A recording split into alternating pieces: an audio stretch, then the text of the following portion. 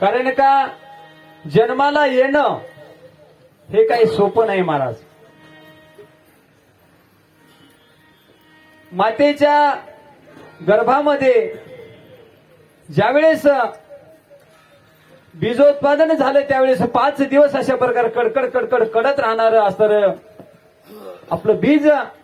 आणि 9 महिने 9 दिवस गर्भामध्ये यातना महाराज. आई गरम खाली गर्भाला त्रास, तिखट खाल्ले गर्भाला त्रास, आणि शेवटी मातेला जन्मते वेळेस 1000 विंचवाच्या वेदना महाराज. एका रोमाला एवढं फार भयंकर दुःख आहे. शेवटी भगवंत परमात्म्याला विनवणी केल्यानंतर दया येऊन भगवंत परमात्म्यानं पालन पोषण केलं आणि शेवटी बाहेर टाकलं महाराज.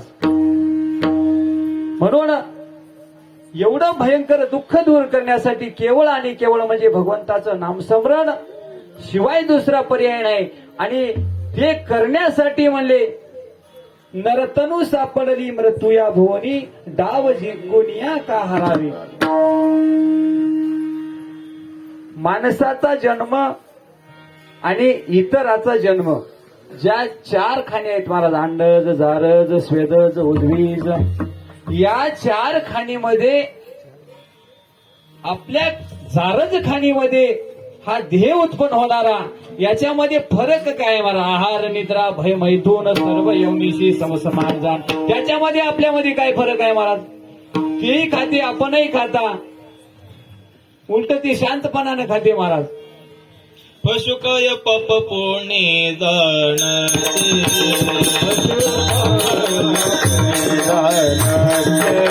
उत्तम मते भोग भोगते,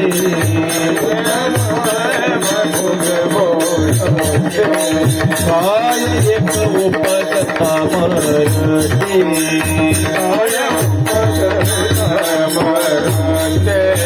बहिर अंध होती पांगुळ मोके,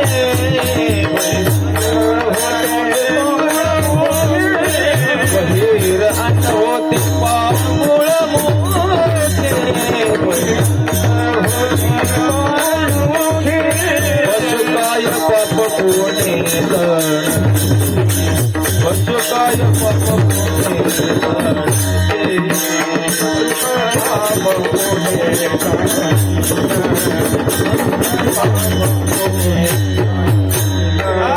पशुकाय पाप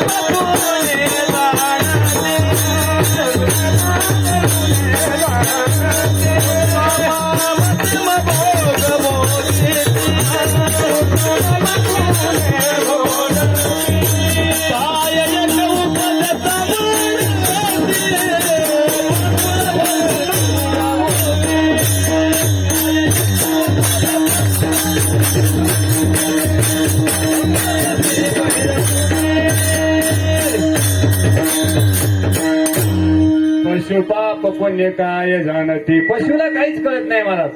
आणि त्याच्यामध्ये आणि आपल्यामध्ये एकच फरक आहे, ते म्हणजे आपल्यालाच ओळख येते. ज्ञान नावाची वस्तू आपल्याकडे जास्त आहे महाराज. आणि त्या ज्ञानाच्या उपयोगानं आपल्याला आपल्या देहाची जाणीव करून घेता येते. शास्त्र पुराण बघून आपल्याला ओळख करून घेता येते. शास्त्र काय सांगते महाराज. नरतनु सापडली मृत्यूया भुवनी. आता सापडली म्हणल्यानंतर आपल्याला काय आठवते बघा. काहीतरी गटोड, धन. तसंच बापू हे धनच होय. मनुष्य देह दुर्लभ दुर्लभ दुर्लभ. मनुष्य देह सापडणं हा शब्द जे वापरलेला आहे, कारण का 184 यवनी भोगल्यानंतर एक यवनी कोटी कोटी फेरा, तेव्हा लाभे मनुष्य जन्माचा वारा. म्हणून एक कोटी यवनी फिरल्यानंतर एका युगाला एक वेळेस मात्र मनुष्य देह भेटतो. आणि सापडतो कसा. आपलं जर पाप पुण्य बरोबर झालं तर असं होईच ना, झालं तर सापडला. आणि नाहीतर 184 यवनी फिरून पुन्हा मनुष्य जन्म. एक बार फक्त संधी भेटलेली आहे महाराज. एकदा काय झालं, एका परिस्थितीनं गरीब असताना एक ग्रस्त वाटेने जात होता आणि जात असताना वरून महादेव पार्वती जात होती आणि त्या दोघं पती पत्नी जात असताना पार्वतीची दृष्टी त्या ग्रस्तावर गेली आणि त्या ग्रस्ताला ची दया आली पार्वतीला आणि पार्वतीनं महादेवाला विनंती केली का हो म्हणले देवा हा ग्रस्त चांगला आहे आणि परिस्थितीने फारच आहे ना म्हणजे त्रासदायक आहे याची परिस्थिती तेवढी म्हणावी तशी नाही आणि का हो तुम्ही तर म्हणले भक्ताला काहीतरी द्या अशी विनवणी केली पार्वतीनं महादेवाला. महादेव म्हणले पार्वती तसं नाही म्हणले कारण का जे द्यायचं ते सगळं आम्ही व्यवस्थित पहिलेच देत्या म्हणले द्यायचं काही ठेव ना आणि दिलं तरी घेईना म्हणले ते झोपलेले मासे घेऊलात का बघा बरं इथंच आता त्याला काय करायचं असो पार्वतीनं हट्ट धरली महाराज नाही देवा म्हणले मला काही खरं वाटत ना आणि मला काही पट ना माझ्या समोर दाखवा. ठीक आहे म्हणले. महादेवानं लगेच काय केलं तो ग्रस्त वाटेनं जात असताना त्याच्या काही अंतरावर पुढे गटुडं टाकलं. कशाचं? सोन्याचं. ते पार्वतीला दाखवून आणि टाकल्यानंतर ते ग्रस्त जात जात वाटेनं जाऊ लागला. आता काही अंतरावर ते गटोडं आहे त्याला भेटणार त्यावेळेस त्याला मनामध्ये एक विकल्प आला महाराज लगेच.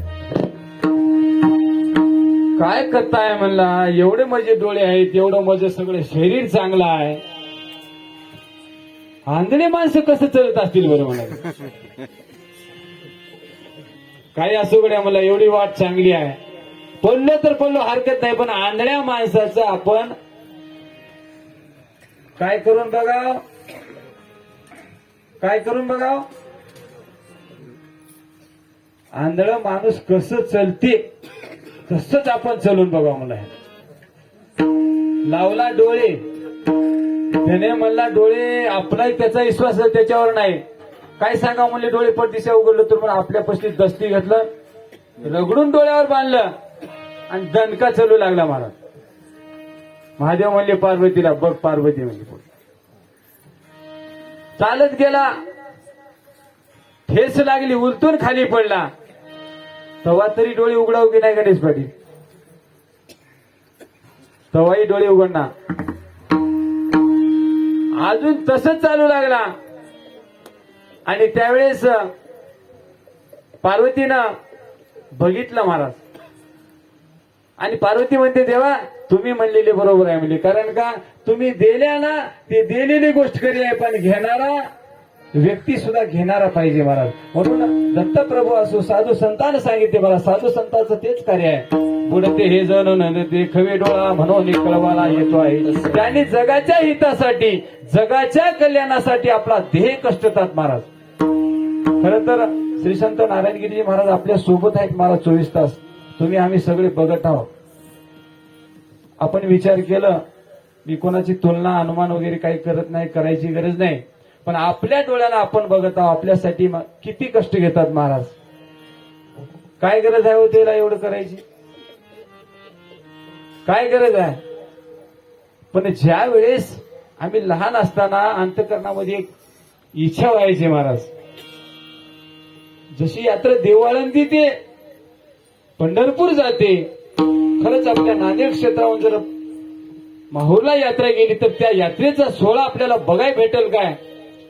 श्री क्षेत्र या बरड शेवाळ्याच्या आष्टी श्री संत भगवानगिरीजी महाराज यांच्या समक्ष आणि या ठिकाणी खोटं बोलायचं नाही वास्तविक आमचे मित्र सुद्धा येतात आम्ही म्हणत गेल्या प्रत्यक्ष तर तो हेत असणारा श्री संत नारायणगिरीजी महाराज पूर्ण केले दत्ता प्रभू.